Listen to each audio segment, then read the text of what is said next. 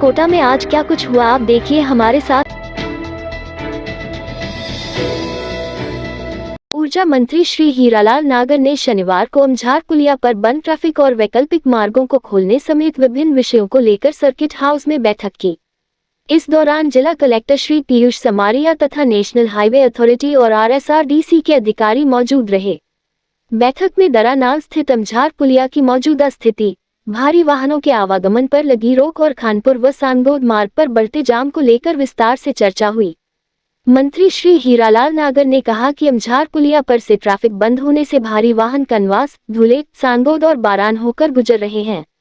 इस कारण से पूरे क्षेत्र में यातायात का भारी दबाव हो गया है। ऐसे में ट्रैफिक कंट्रोल करना मुश्किल हो रहा है। व्यवस्था को सुचारू करने के लिए वैकल्पिक मार्ग को लेकर विस्तार से चर्चा की गई। मंत्री श्री नागर ने बताया कि SV National Institute of Technology Surat के इंजीनियरिंग विभाग द्वारा NH52 के अमझार पर स्थित ब्रिज की अंतिम सेफ्टी ऑडिट रिपोर्ट 16 अगस्त 2025 को प्रस्तुत की गई है, जिसके अनुसार नए ब्रिज का निर्माण होने अथवा अन्य वैकल्पिक मार्ग विकसित होने तक पुराने ब्रिज पर निर्धारित गति सीमा 20 से 40 किलोमीटर प्रति घंटा तक कमर्शियल वाहनों का संचालन एक तरफा लेन में किया जा सकता है। ऐसे में रविवार से अमझार पुलिया से वन वे ट्रैफिक शुरू कराया जा रहा है, जो कोटा से झालावाड़ की ओर जाएगा। इसके अलावा वही नीचे बनी हुई रियासतकालीन पुलिया से झालावाड़ से कोटा आने वाले वाहनों को निकाला जाएगा। RSRDC का ये रोड दरा से चेचट को जोड़ता है, जहां CC रोड बनाकर 10 सितंबर तक शुरू कर दिया जाएगा। इन वैकल्पिक मार्गों से वाहन गुजारकर टेस्टिंग कर ली गई है। रियासतकालीन वैकल्पिक मार्ग का निर्माण national highway authority of India द्वारा किया जा रहा है। टनल बनने तक अमझार पुलिया की मेंटेनेंस व रियासतकालीन वैकल्पिक मार्ग की देखरेख NHAI द्वारा की जाएगी। स्टील ब्रिज से भटवाड़ा होते हुए 8 लेन एक्सप्रेसवे तक सड़क मार्ग RSRDC द्वारा शीघ्र पूर्ण करवाकर इस मार्ग को वाहनों के आवागमन के लिए 10 सितंबर तक उपलब्ध कराने को लेकर भी सहमति बनी है। आवागमन को सुगम बनाने के लिए पुलिस की व्यवस्था रहेगी। उन्होंने बताया कि एक्सप्रेसवे टनल का काम फरवरी तक पूर्ण होना है, जिसे जनवरी से पहले ही पूर्ण कराकर आवागमन शुरू कराने के भी निर्देश दिए। मंत्री श्री नागर ने कहा कि दिल्ली मुंबई एक्सप्रेसवे पर स्थित यह टनल बहुत महत्वपूर्ण है।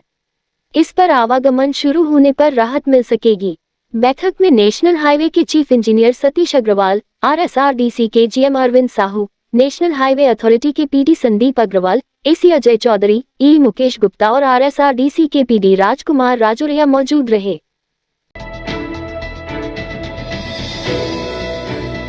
स्वतंत्रता दिवस के शुभ अवसर पर देवली अरब रोड बोरखेड़ा व्यापार समिति द्वारा ध्वजारोहण कार्यक्रम आयोजित किया गया। समारोह को राजनीति से दूर रखा गया। मुख्य अतिथि व विशिष्ट अतिथि के रूप में समाज सेवक श्री मांगीलाल जी मीना, श्री पंकज विजय, श्री गोपाल गोयल, मानवाधिकार आयोग की उपाध्यक्ष श्रीमती एडवोकेट श्रीमती शार्लेट सामू उपस्थित रहे। कार्यक्रम में जिसने रक्तदान के क्षेत्र में अपना अहम व बहुमूल्य योगदान देने वाले रक्तवीर साथी, शिक्षा व खेलकूद के क्षेत्र में उत्कृष्ट प्रदर्शन करने वाले विद्यार्थी व खिलाड़ी, सामाजिक सरोकार, समाज सेवा और गौ सेवा में अपना अहम योगदान देने वाले समाजसेवियों को उनके उत्साहवर्धन हेतु सम्मान व पुरस्कार प्रदान किए गए, ताकि नई पीढ़ी को भी प्रेरणा प्राप्त हो।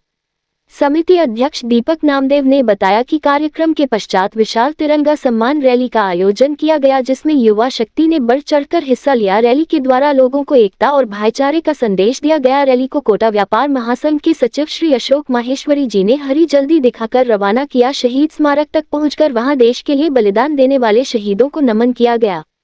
रैली में रैली संयोजक दीपक नामदेव, प्रेम सहाय धर्मेंद्र जैन, जीतराम यादव, जैद खान, हेमंत वर्मा, जितेंद्र योगी, राजेंद्र सोनी, जतिन जैन, अरुण रावल, रविंद्र कुमार, कुणाल बैराठी, पंकज विजय, लोकेश शुक्ला, सावेश खान, राजपाल चौधरी, राजीव अग्रवाल सहित सैकड़ों सदस्य उपस्थित रहे।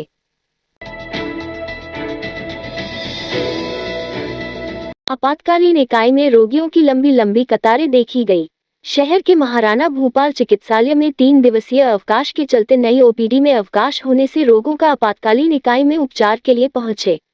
शनिवार को चिकित्सालय के आपातकालीन इकाई चिकित्सक के कक्ष के बाहर रोगों की लगी कतारें। इन दिनों मौसमी बीमारियों में होने वाली सर्दी, जुकाम, खांसी, बुखार, मौसमी वायरल, मलेरिया, डेंगू आदि रोगों की संख्या में इजाफा हुआ है।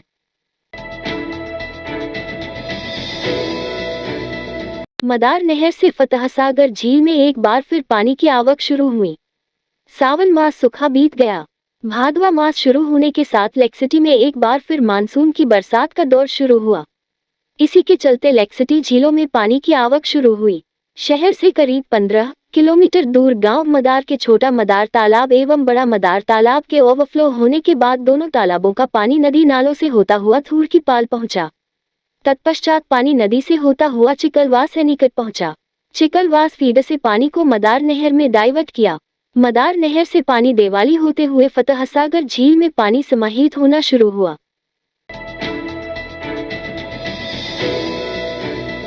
उदयपुर के कोटड़ा में सरकारी सी स्कूल का छज्जा गिरने से नाबालिग की मौत के मामले में शिक्षा विभाग ने ठेकेदार के खिलाफ केस दर्ज कराया है। साथ ही विभाग के एएन हेम सिंह को सस्पेंड कर दिया और संविदा पर कार्यरत जेएन अनिल कश्यप को हटाते हुए सेवाएं समाप्त कर दी।